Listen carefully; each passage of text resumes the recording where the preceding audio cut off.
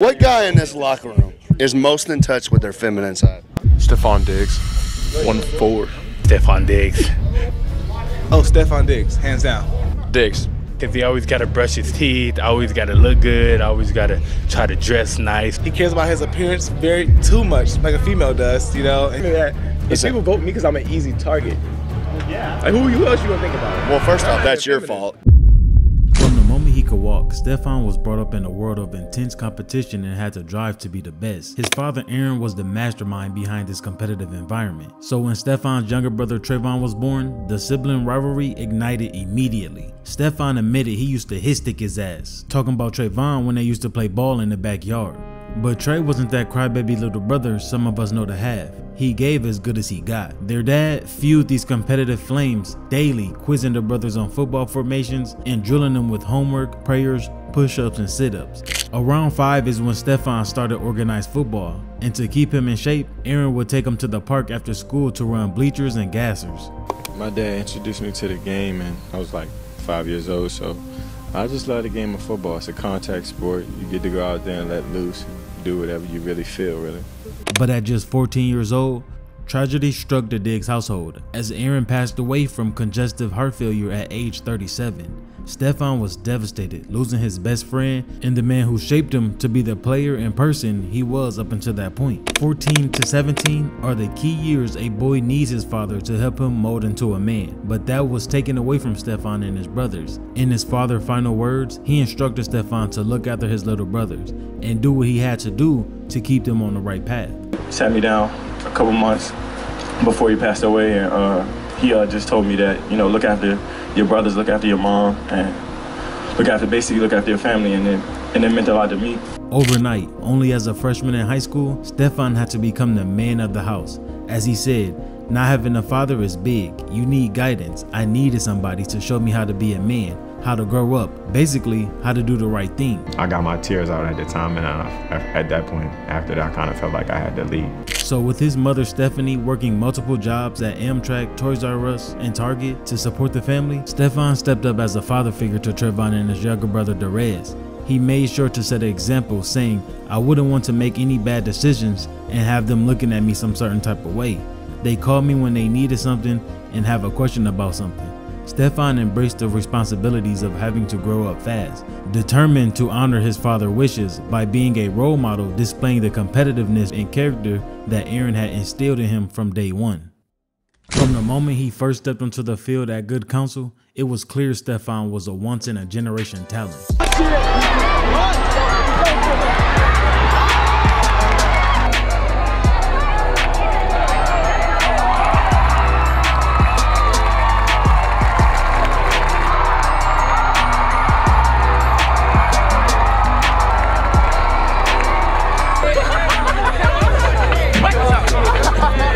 The rules of high school football simply didn't apply to his athleticism and playmaking ability. As a 4-year starter, he simply was unstoppable. Defensive coordinators would spend entire weeks game planning just to try to contain him. As one opposing coach admitted, preparing for him was impossible. Stefon seemed to glide past defenders with video game-like moves. Another coach said Stefon was playing PlayStation in high school with defenders, whether it was juking cornerbacks, jumping over safeties, or simply outrunning the entire defense. He made the extraordinary look easy. His senior year in 2011 was the best of them all, as he racked over 1,000 receiving yards and scored 24 total touchdowns through the air, on the ground, and in a return game. He returned both a punt and kickoff for touchdowns that season as well. Dude was so dominant that young kids would line up after games yelling for his autographs, gloves, or anything they could get from their idol. Even one of his coaches recalled telling him there were going to be little boys in Pop Warner one day running routes saying that they wanted to run them like Stefon Diggs. At Good Counsel, Diggs led the team to 3 conference championships and a perfect 12-0 season as a senior. He was named the Washington Post All-Met Defensive Player of the Year with 31 tackles, 4 interceptions, and 3 forced fumbles. But the work that he did on the football field wasn't his only specialty. he did his thing on the track as well. He participated in sprint events and a few relays. As a 5-star recruit, Diggs was viewed as one of the best players in the nation. He was considered the second best wide receiver recruit in the nation and was rated as the #1 recruit in the state of Maryland by rivals. He was ranked as the 13th prospect in the nation and the 3rd athlete in the class of 2012 by ESPN. And with those ratings came with some good offers from the likes of Florida, USC, Cal, Ohio State, Auburn, and a few others. I feel like it's a blessing to be here. All y'all here with me. It's time to make that big decision. I feel good about my decision. I feel 100% sure. I want to win championships. I want to win bowl games. Where else is a better place to do it than your city?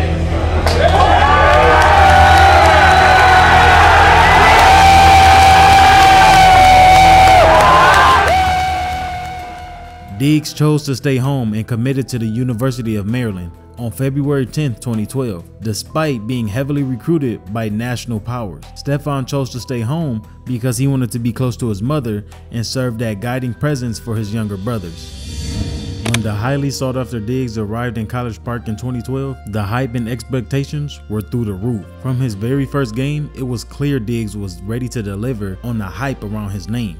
Against FIU, the freshman racked up 63 receiving yards and a highlight reel 48-yard touchdown catch. It was just an appetizer of what was to come. That season, he put the entire ACC on notice with his game-breaking ability and ranked 2nd in the conference and 8th nationally in all-purpose yards per game, setting Maryland's single-season record with 1,800 yards. Whether it was catching passes, taking handoffs, or in the return game, Diggs was a constant big play threat. His signature moment came against Virginia. After the Cavaliers scored a late go-ahead touchdown, Stefon calmly waved to his teammates on the sideline before the kickoff. On the ensuing return, he took the kick 100 yards to the house. The legend of Diggs was born and slowly became a household name. As a sophomore in 2013, he continued torturing defenses, leading the ACC in receptions and receiving yards, despite missing some time with a broken leg suffered in the season opener. His toughness and perseverance was on full display, returning ahead of schedule to make more highlight grabs. However, the injuries continued to pile up his junior year. After missing the first few games recovering from an off-season surgery, Stefon suffered a lacerated kidney in the October that threatened his career, but he fought back once again to return the final month of the season, leading Maryland in catches and yards. Despite the setbacks, Stefon still managed to set numerous school records and rank among Maryland's all-time greats just after 3 seasons. What have your conversations been like with different teams and GMs and coaches? Is there a city in particular that you could see yourself in? What has that been like?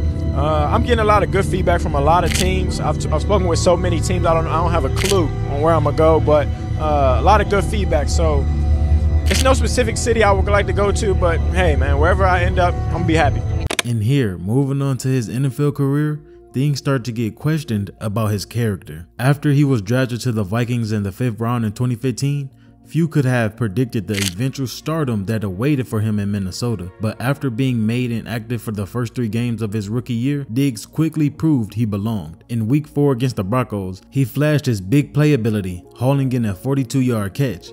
After the bye week, he went off for back-to-back 100-yard games in Week 6 and 7 and was the first Vikings rookie to accomplish that since Randy Moss in 1998. He had officially arrived, but his first few years with the Vikings were far from smooth sailing. Despite putting up solid numbers, there were constant friction with the heavy run offense scheme. Diggs had grown frustrated with his role with the Vikings' run-heavy offense. As he stated, they were kind of gearing towards a run-heavy offense at the time.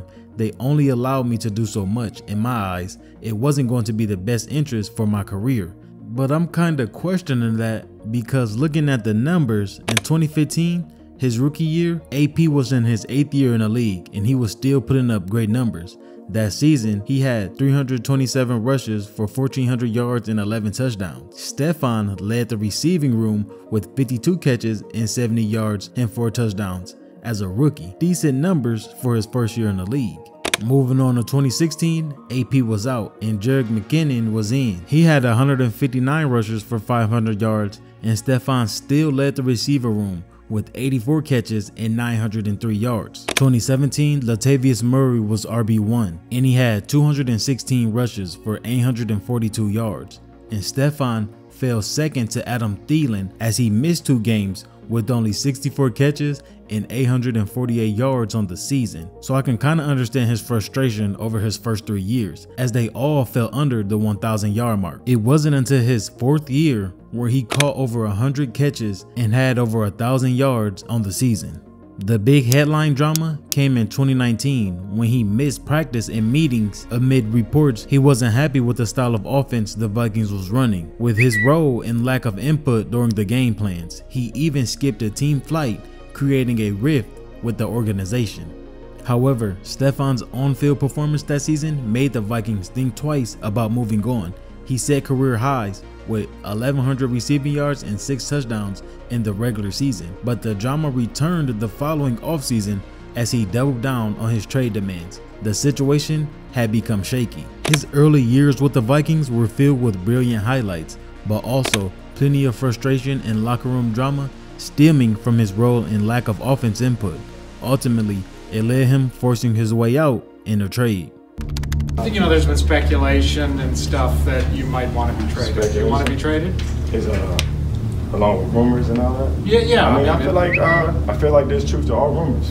No matter how you dress it up, I won't be saying nothing on it. I won't be speaking on it at all. But there is truth to all rumors, I guess. We'd heard rumblings that Stefon Diggs wanted to be traded, that he wanted a fresh start. Mainly those rumblings coming from his own Twitter feed, where he was constantly complaining about his situation. He no-showed last year a bunch. Thought ahead that, hey, we don't want to unload Stefon Diggs, but if somebody calls and makes us an offer we can't refuse, they give us a Godfather offer, we're dumping Stefon Diggs, and that's exactly what this is. But wait, before we get into that, we can't just skip over his most memorable moments during his career with the Vikings. First, back-to-back 100-yard games as a rookie. Then the most famous of them all, the Minneapolis Miracle. Trailing 24-23 with just 10 seconds left, Case Keenum heaved the ball down the sideline desperately as time expired, hoping for a miracle. Pass is caught! Diggs! Sideline! Touchdown! Unbelievable! Vikings win it! Explain everything that was going on once you crossed the end zone. I still don't know what just happened. I really don't. God put me in a position, and I just try to take advantage of my opportunity.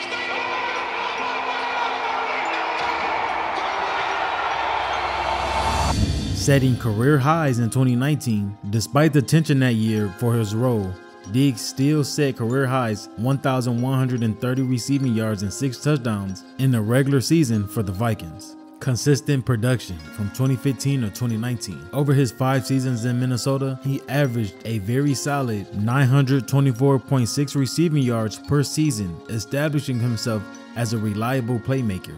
And his highlight reel catches, I'll just let the tape speak for itself. Cousins deep down the right sideline and underthrown and coming back to Stefon Diggs. Let's see if Cousins goes that direction. He does. And he brings it in. Diggs. He's got it. Touchdown. Going Joe, he's got him. He's got Diggs. Down inside the 10 for Cousins. Going deep. He's got Diggs. That's a touchdown. What a play. Now back to the trade. The Vikings got an excellent return in the trade, receiving 4 draft picks, including a 2020 first-round pick that was used on Jay Jettis. And I'm sorry to Stefon for throwing this in there, but Jay Jettis in his first year, he only had 88 catches for 1,400 yards and 7 touchdowns. I'm guessing those are the type of numbers Stefon wanted to put up with his time with Minnesota. But there seemed to be an understanding from the Viking side that Diggs had become unhappy with the relationship that ran its course. As Dalvin Cook put it, when a guy is unhappy, he's unhappy. I just don't hold any grudges against Diggs for just wanting to make that move.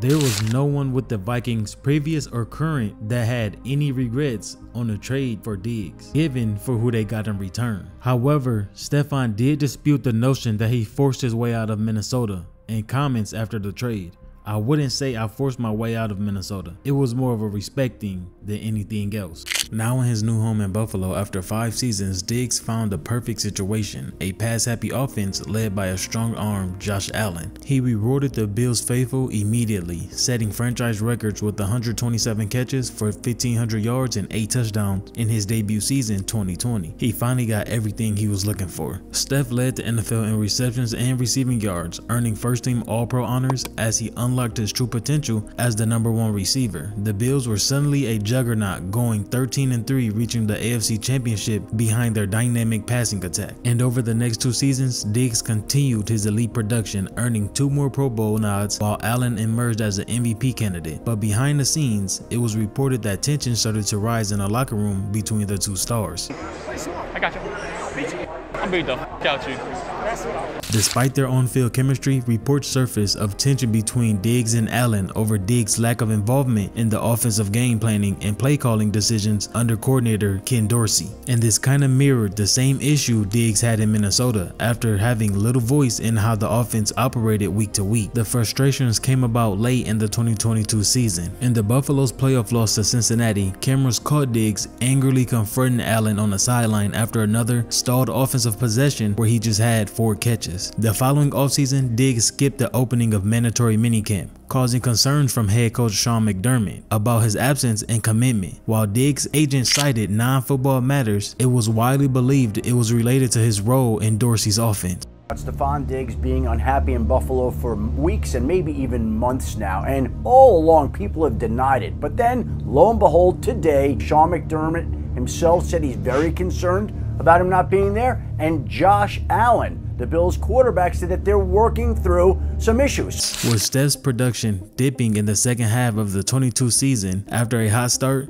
the tension only escalated further. Despite signing a crazy extension in 2022, the situation had become a lot like his final years in Minnesota. In April of 2024, the Bills finally ran out of patience and shipped Diggs to the Houston Texans for more draft capital. While he did achieve great on-field success in Buffalo, it was his lack of input on the offense that ran its course again, leading to his departure. After 9 years playing for 2 different teams where it could get very cold out, Steph is going into his 10th season down in Houston, Texas, with a sophomore QB that did great things as a rookie. Steph is one of 10 players on the Texans that have been in the league 10+ years. He's an old head now, but given the right looks and opportunities, he can still ball. This is the perfect situation for him to be a leader and mentor to the young guys like Tank Dell, Nico Collins, and others, like he was to his younger brothers growing up, teaching them the ways on and off the field. But for some reason, when it comes to Steph, he has a bad rep in the media about his character. I guess it's from the hundreds of tweets he make when things aren't going right. But let him tell it, they really don't mean anything and they're just rap lyrics. They said, "Come and rescue me." Yeah, like I'm like, damn, like I thought we all listened to Drake at one point, you know what I'm saying? Of course, like I like to, sometimes I do poke the bear at people all the time. But during his time in Buffalo, a female reporter was caught sneak dissing him about his character. Hey, there's no control over Stefon Diggs. Dude's gonna do what he wants to do. He'll look at my face and say, F you.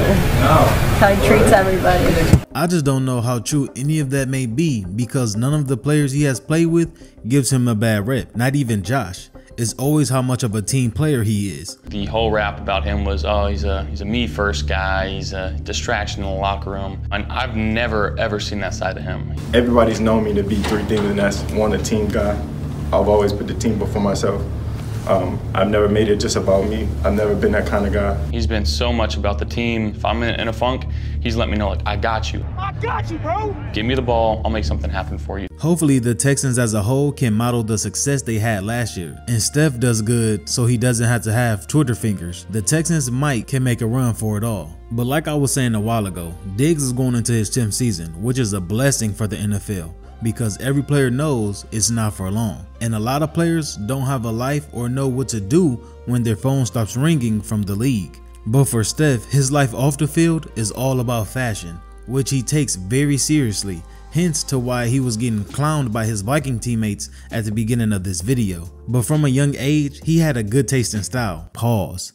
Not being financially stable to get all the clothes he liked and wanted, it made him tap into his creative side more to put pieces together he already had. His mindset was, if you don't have much, make it look real good, an attitude that made his personal style bold and unique even from his childhood.